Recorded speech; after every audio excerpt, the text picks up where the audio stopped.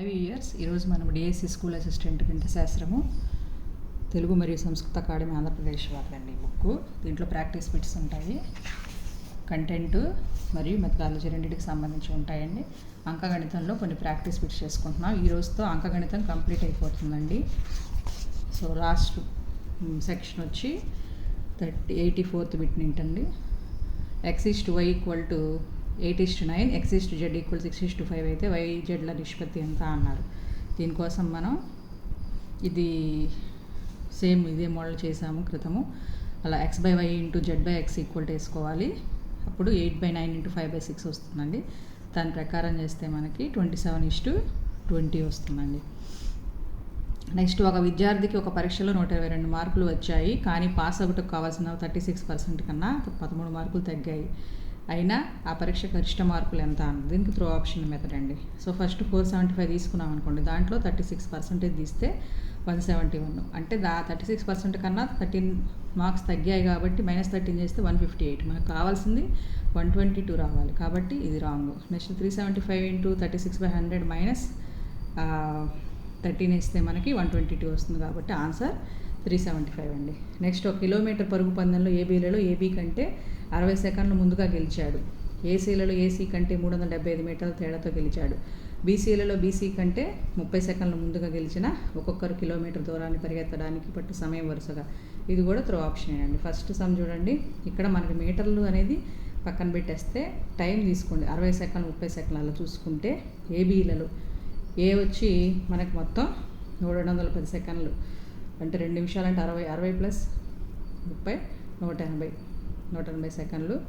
ఇది బి వచ్చి 360, 180 + 30 210. బీలో నుంచి ఏది పోతే 60 సెకండ్లు, కాబట్టి ఏ బీ కంటే 60 సెకండ్ల ముందుగా గెలిచాడు, సరిపోతుంది ఇది.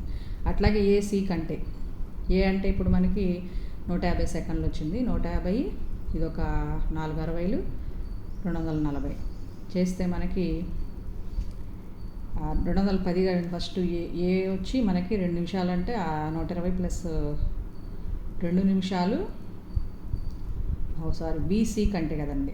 బి అంటే 3 నిమిషాలు 30 సెకండ్లు, అంటే 360, 180 + 30 210. అట్లాగే సి అంటే 4 నిమిషాలు 460, 140. రెండింటికి తేడా 30 సెకండ్లు, కాబట్టి 30 సెకండ్ల ముందుగా గెలిచారు, కాబట్టి ఆన్సర్ ఫస్ట్ అవుతుందండి. ఈ విధంగా త్రో ఆప్షన్ మెథడ్ ద్వారా చూసుకుంటే మనకి టైం సేవ్ అవుతుంది.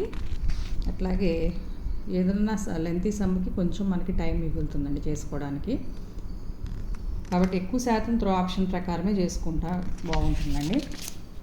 నెక్స్ట్, అట్లాగే 87th బ్లాంక్, ఒక పట్టణ జనాభా ప్రతి సంవత్సరం 20% వృద్ధి చెందుతుంది. ప్రస్తుత పట్టణ జనాభా 2,16,000 అయితే 2 సంవత్సరాల క్రితం జనాభా. దీనికి కూడా లెంతీ ప్రాసెస్ అవసరం లేదండి, జస్ట్ త్రో ఆప్షన్ మెథడ్. 150,000 తీసుకుంటే 20% ఎంత అవుతుందండి, 30,000. తర్వాత 30,000 దీనికి యాడ్ చేసేస్తే 1,80,000. దాంట్లో 20% వచ్చి 36,000, దానికి యాడ్ చేస్తే 2,16,000. ఈ విధంగా మనం త్రో ఆప్షన్ ప్రకారం కూడా ఈ సమ్ చేసుకోవచ్చు.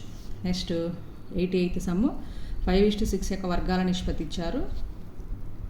25:42 యొక్క విలోమ నిష్పత్తులు 2 తీసుకొని 2 వర్గాల నిష్పత్తి 25:36 ఈజీ యాజ్ 42:25 దీని విలోమ నిష్పత్తి. రెండిటికి బహుళ నిష్పత్తి, అంటే పూర్వపదాల లబ్ధము పరపదాల లబ్ధము. 25 × 42 36 × 25. ఆన్సర్ వచ్చి మనకి 76:6 వస్తుందండి. నెక్స్ట్, తరగతిలో 96 మంది బాలికలు కారు.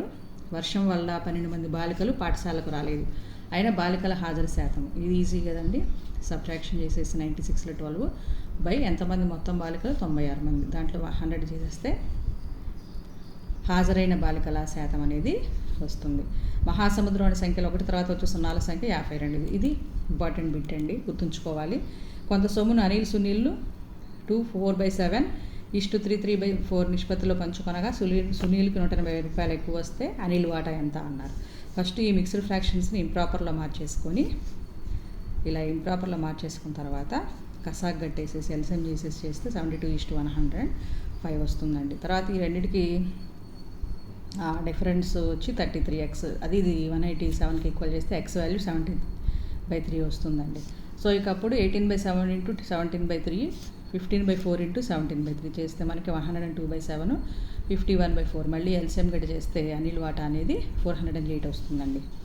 నెక్స్ట్ ఒక గంటలో బస్సు ప్రయాణించిన దూరానికి రెట్టింపు కన్నా 4 కిలోమీటర్లు తక్కువ దూరం ఒక కారు ప్రయాణిస్తే ఆ కారుకు ఒక గంటలో 28 కిలోమీటర్లు ప్రయాణిస్తే బస్సు ప్రయాణించిన దూరం ఎంత అన్నారు కిలోమీటర్లలో. చూడండి ఇక్కడ 16 × 2 అవుతుందండి. బస్సు ప్రయాణించిన దూరానికి రెట్టింపు కన్నా 4 మీటర్ల తక్కువ అన్నారు. అంటే సపోజ్ ఇది త్రో ఆప్షన్ మెథడ్ లేండి.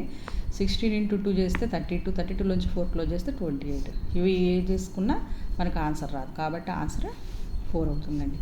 నెక్స్ట్ ఇది 15.5 మీటర్స్ పొడవు, 4.5 మీటర్స్ ఎత్తు, 27 సెంటీమీటర్స్ మందంగా గల గోడని 27 సెంటీమీటర్లు 10 సెంటీమీటర్లు ఇంటూ 10 సెంటీమీటర్లు కొత్తలు గల ఇటుకలతో నిర్మించవాలని అవసరమగు ఇటుకల సంఖ్య అన్నారు. పైన మొత్తాన్ని ఒకే దాంట్లో ఉండాలి మెజర్మెంట్స్.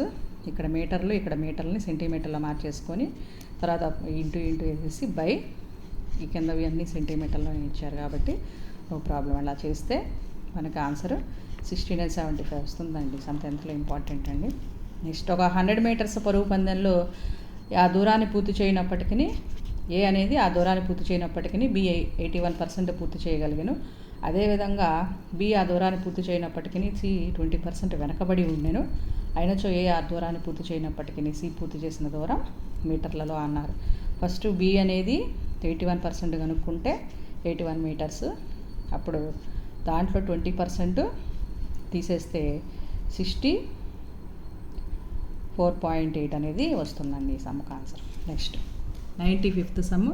సంవత్సరం క్రితం తండ్రి వయసు కొడుకు వయసుకు 4 రెట్లు, 6 సంవత్సరాల తర్వాత తండ్రి వయసు కొడుకు వయసులకు రెట్టింపు కంటే 9 ఎక్కువ అయిన వారి ప్రస్తుత వయసుల నిష్పత్తి అన్నారు. దీనికి కూడా సమ్ము చేయాలండి.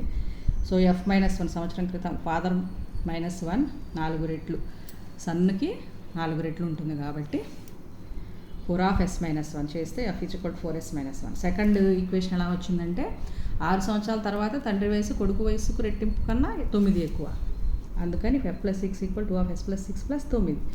అట్లా చేస్తే మనకి S వాల్యూ 9 వచ్చింది.